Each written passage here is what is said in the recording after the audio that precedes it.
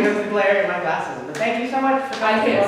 can't see them either. I don't have glasses. Yeah. So thank you so much for coming to our Freaky Saturday show. It is Saturday. So in case you guys didn't know, we're reading the program. Today we are not performing our own poems. We are performing poems done by our fellow poets on the team. But it will still be in our sort of delivery style. So look forward to that. We ask that you follow on your program after each poet and try to match each other's fun. And then at the end we'll ask what you guys think, who did whose poem. And just as always, if you hear something you like, make sure to snap for it. That doesn't change since we're not reading our own poems. Still snap if you like something. And the person with the most correct answers at the end of the night will get Charlotte. What will they get? Pretty excited. Yeah. Great. So, without further ado, we're going to kick it off with our first poet for the night. Abby, who will be performing her poem. That's it. You're standing there in your tortured writer's outfit, casual button-down in the moss box that were pondered by Thoreau, like you're somehow both them and him, some kind of transcendental shit. You got your sleeves rolled up like they're holding in your thoughts until they can escape their cage to the page, or you just don't want them to get ink-stained as you reload your typewriter. A worthy vessel, no guarantee for you to spew your midnight fantasies of worlds between realities and the casualties of suburban wars. Sure, everyone's got a hidden life, but we all know that by now. So run along to your little pond where you can wander in between the ruins of the people you think you thought you knew. They were showing themselves to you, honest as autopsies, but you were too busy dissecting them crudely and rudely to see what you please because you're a writer, and you think you've got other people's secrets tucked into your sleeves. But the world is not as cruel as you make it out to seem. You're not contributing by creating calamities where they don't need to be. You see, these people are real, and they were fine until you twisted mind open. They had skeletons in their closets they didn't even find, tumbling like crumpled drafts from your wastepaper basket as you try and write something interesting into existing. But you don't make things interesting by carving them up and injecting them with ink. And if you think that I'm wrong, then you're the one who's not looking close enough. There is good around you, if you'll accept it as so, in honeycombs and stable homes, and in people you will never know, people you will never touch, people you will never stain. And let's keep it that way. When you see a flower, admire it. Trace the gentle curve of its throat without snapping it. Soak the blushing color into your fingers without draining it. Don't look for thorns. Not that you would anyway. Far too cliche. But do you get what I'm saying? Don't use your pencil to destroy the gentle petals in your hand. Blow them away and watch how they float instead of fall. Maybe don't even try and capture the birdsong at all if you'll paint it in too wide of swaths and turn their delicate notes into gaping black holes. Just leave them alone. Just sing in sweetness and in harmony. And the harm you see inherent in a charming being will slip from your desperate clasp like sand. Let it go. Don't record conversations in static or with a clack. Sit back, relax, and hear how people interact, how they offer up their broken pieces that you saw as jagged glass, like confetti, paper mache, and marvel how they've made very beautiful homes in other people's chests. But I guess that doesn't hold your interest. There's not enough there for you to digest, for you to take the guts and leave the rest. You'd rather dig with a dirty shovel until you spoil the very soil from which we grow. Spread dark ink through your veins like aluminum in an anthill. It may glitter, but it is not gold. And I do anything to show that the only one who has a dark side is you.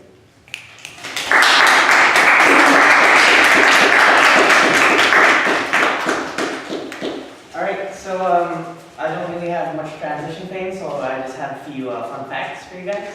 Did you know there are enough bones in the human body to make a full skeleton? Consider.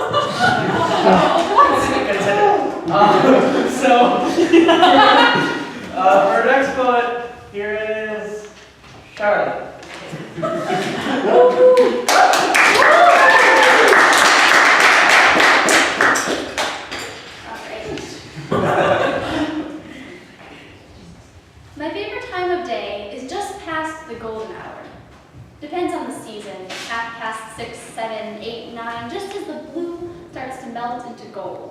the sun off in the unknown, because my skylines have been framed by pine trees or high-rises since I could see. It's the color just between. No, I've always said, not green, just somewhere in between blue and gold. Taps into something ancient, like old Zeus's wedding band wrapped around the sky, the color in between a promise and what it means, between what really happened and what might have been a dream, between when they were close to the divine and modern time. Because the word for blue was the word for wine, and I imagine they were drunk on life, to find wonder in the wild uncertainty that defined everything they knew. And I too am searching. On Sundays, I want to scream, please just tell me what you mean, every time I'm on my knees, because for me, nothing is ever easy. And I want to think even you and I are somewhere in between, like blue gold sky, like trees reaching higher and higher, never quite fulfilled, because I will not try, but still, you are so kind to me. You are the sun, and I'm the trees, and she's the sea. The colors you two make are so real and beautiful and true, all pink and red and blue, and not green, but never in between. Your color by number, clear strokes and sharp lines, and underneath the subtle smiles, you know exactly what you want to say. And I'm okay with staying on the ground for now, because I tell myself, love is patient, and I'm the kind to hold it all inside because it's easier. But I wish you could see me, and I wish you could read these words that are sometimes others, and sometimes you calling my name when you walk by, and you reading a book I'd like, you, and all of you, and blue. Because eventually, gold fades away, but not blue. No, the blue just changes, light to bright to deep to dark, and over again every day. The seasons pass and the stars roll by and nothing stays the same. And by tomorrow I would have changed my mind like with every other thing in my life, but for a brief moment each night, for as long as I can remember. The sky is on fire with blue and gold and trees and sea and sun, and I look at it. And sometimes I want to cry, but honestly I just smile. Because I like to believe that whoever is up there knows what this feeling is like, and made sunsets, and made in between day and the night, or in between our dreams and life, in between blue and gold, but not green. Something you can't paint and something you can't explain, only something to see, and maybe start to believe in something magic, in something in between.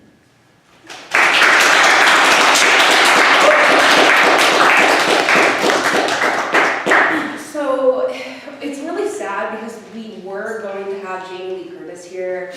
We did reach out to her press representative, but unfortunately she was too busy filming another Activia commercial, this time featuring Michael Myers. So it was like a pretty cool new mashup, if I do say so myself. But so unfortunately you just have me and Simon hosting for the night. I know, tragic. But without further ado, on to our next poet, the lovely Connor.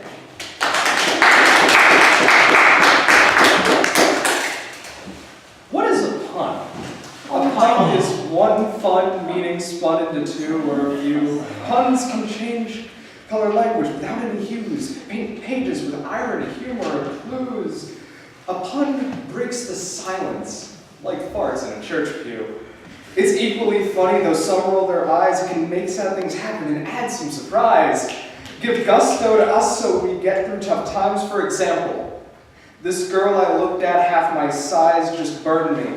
Oh well, at least I caught her eyes. Get it? Caught her eyes? Like her? Don't lie, I would make a ton of puns if I knew just one would make you smile.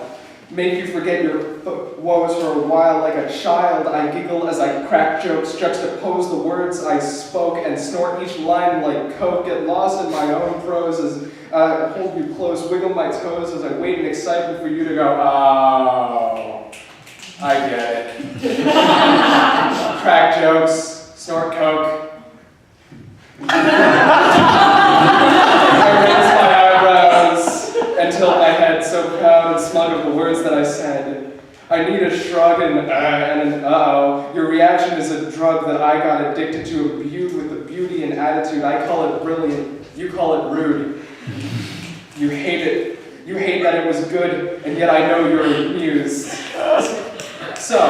what is a pun, and how is it used?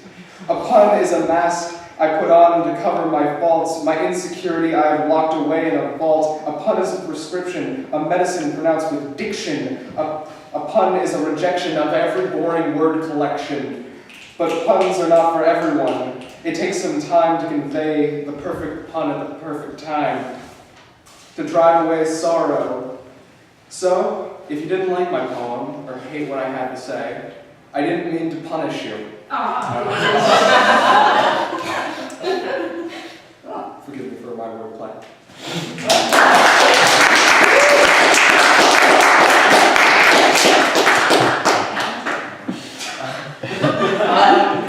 Did you know that there are over 10 colors?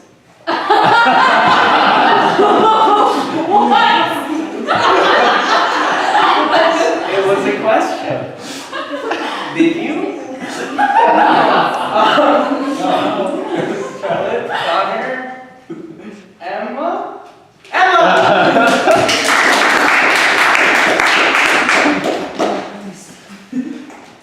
She wants to see it all. Like she sees her favorite movies, the ones about wallflowers spreading their petals for the first time, filmed to look like Polaroid pictures, fairy lights at the senior prom, a wide shot of her leaning against the wall in a pink dress, a revelation waiting for her revealing. She drives in her car with the windows open, sticks her head out into the chilly night, and turns the stereo all the way up, so that if someone is watching, they will see her as she sees herself. She invites them into her motion picture in motion. She talks louder than she needs to in the supermarket, so the strangers with their shopping carts will want to stop and listen. Watch her like she watches herself when she walks past the store windows, making sure her reflection is what she wants it to be.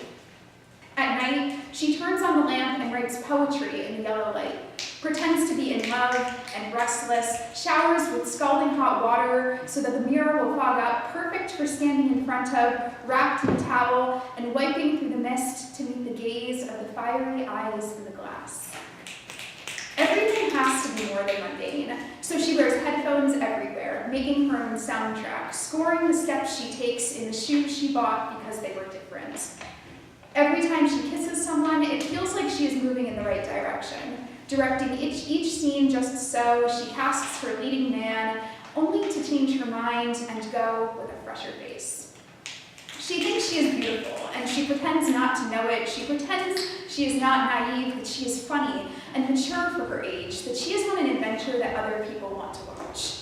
She forgot a long time ago about everything that grounds her. She pushes aside her selfishness, her lies, her heartbreak. She doesn't like heartbreak, unless it's the tragic and beautiful kind that doesn't last more than 90 minutes. She says she wants to feel, wants to live in the moment, but she doesn't want to feel anything but eyes on her back.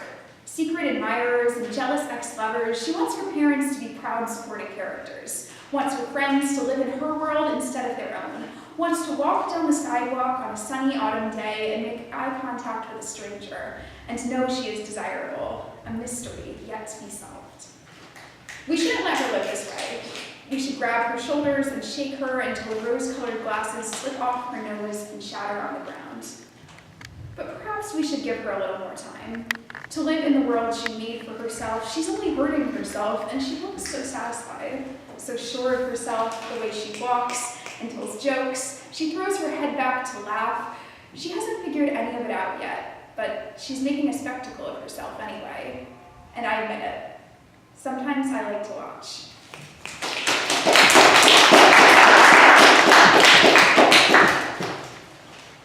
Did you know that we live in a society? Yeah. Hit your heart for that one, didn't I? All right. Our next poet is Phil. It was so cold in my box. All right. Light reflects off this blank page, pools upon my eye, and I call it now. And yet, I know that if now is just that, an appointed point in time, then it can only lay undefined, without length, nor height, nor width, nor spine. Much less the strength or might of Atlas, to bear the burden of the sky, if only but a moment. Wind whispers past my open ear, whips against its drum, and I call it now. I know, for it occurs to me, the current before me has no currently, just 7,000,000 droplets, burning potential energy, moving mountains towards the darkened sea, twisting future into memory, and I know, for it occurs to me, that there is only one immortal G, and that is gravity. Water flows through my open palm, slips like sand between my fingers, and I call it now. Call it a fictitious thought, what ego and evolution wrought. I still got caught in a thumb knot on a fishing line. Am I to call this fine? Hooked upon this earth I toil, waiting for my bob to spoil. Alas, this mortal coil. Flowers saunter past my open nose. I threaten to sneeze, and there's a bittersweet taste in my mouth.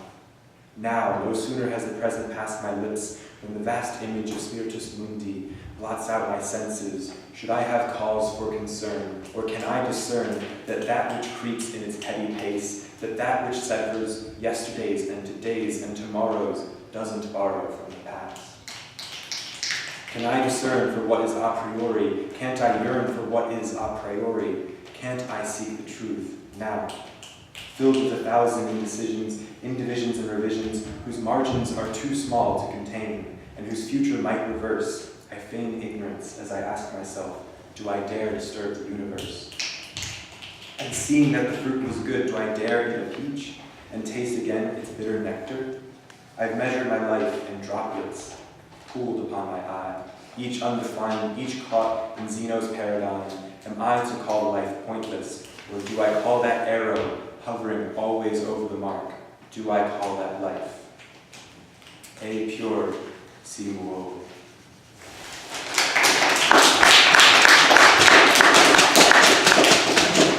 Okay, now this one is actually a fun fact. You know, when geese fly, right? They fly in a V sort of formation. No idea what direction, but they fly in a V, and always, one side of the V is always longer than the other side, and that's because there are more geese on that side. It's crazy.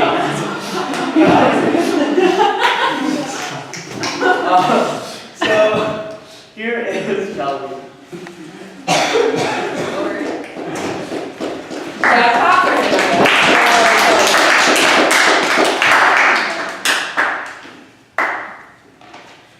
One of my biggest fears as an actor is going on stage and forgetting my pants. It makes me pant how scantily clad this mad newfound fad of having minimalist costumes is getting.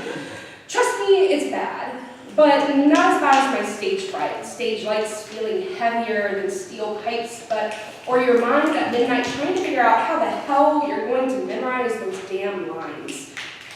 Repeat them to yourself, they tell you. Repeat them to yourself, so you do. Repeat them to yourself, repeat them to yourself. Repentantly beg for forgiveness from your director, and hope they don't come to the show. Maybe ask a friend to run lines with you. Maybe ask a friend to chase lines with you. Maybe try to find a friend first. As if there are audience members in front of you, watching your every movement, waiting for what you'll say. Next, rehearsal, you have to be off book. Phew, off the hook for what your stage manager mistook to be a rookie mistake. Great character every once in a while. In a comedy, shed a tear. In a drama, crack a smile. Because as long as you're not yourself, that's acting, right?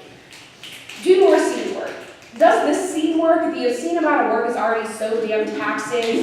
No, not in a pound of flesh kind of way. No, not like in one of Arthur Miller's kind of plays. No, the kind of taxing I just made is one of the compounds day to day. 15% of the time you were supposed to spend studying for that midterm program. 60% of the time you wanted to spend with your friends yesterday. 90% of the time you wonder what you got yourself into. All the world's a stage. It's no wonder I feel so nervous all the time, trying to find the line in the daily grind or some damn peace of mind. Somebody just throw me a line. project your voice as if I wasn't projecting enough of myself onto this character already, enunciate as if every lie didn't grate against my throat already, cheat more. I thought that's what I was here to do. I didn't come here to play myself. I came here to be somebody else. I came here to be somebody better. But maybe I did play myself. I was hoping the stage direction might lead me somewhere. I was hoping my lines would teach me what to say. I was hoping to be cast as someone else. It's not opening night. I fear the bright lights and the crowds are not my final frontier. It's the moment after the final curtain, the curtailing of certain certainties that I need in my life. On this stage, I knew my role, and I'm pretty sure I played it damn well. I knew my fellow actors, I knew they'd be there on cue, I knew who I had to listen to. But now, once I step off the stage in between audition dates and matinees, I don't know who I am. And that's a lot scarier than the stage could ever be.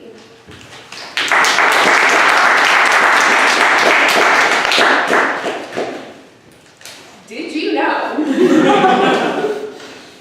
that there's a lot of sand on the beach?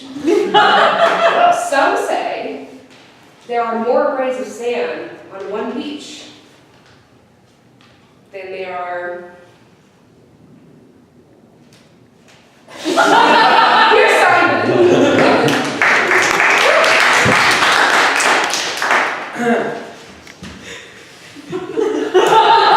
I just cleared my throat. I don't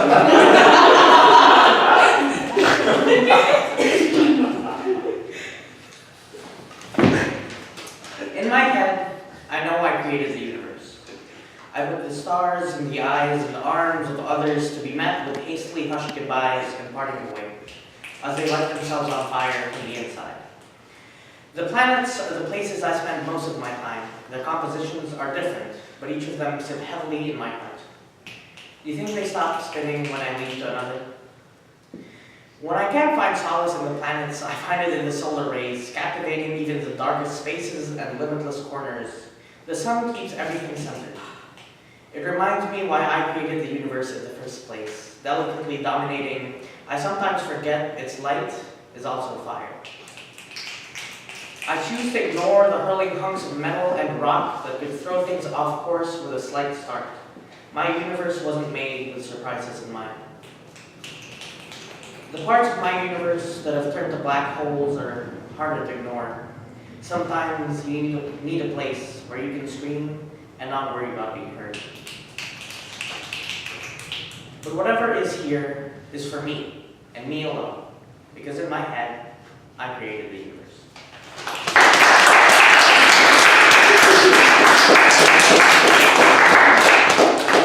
So we're gonna give you like A few moments. check, compare, finish, matching, compare answers. Charlotte's applause Yeah. is something that's hard to get. Yeah. So, what do you know? Yeah. Look at the answers.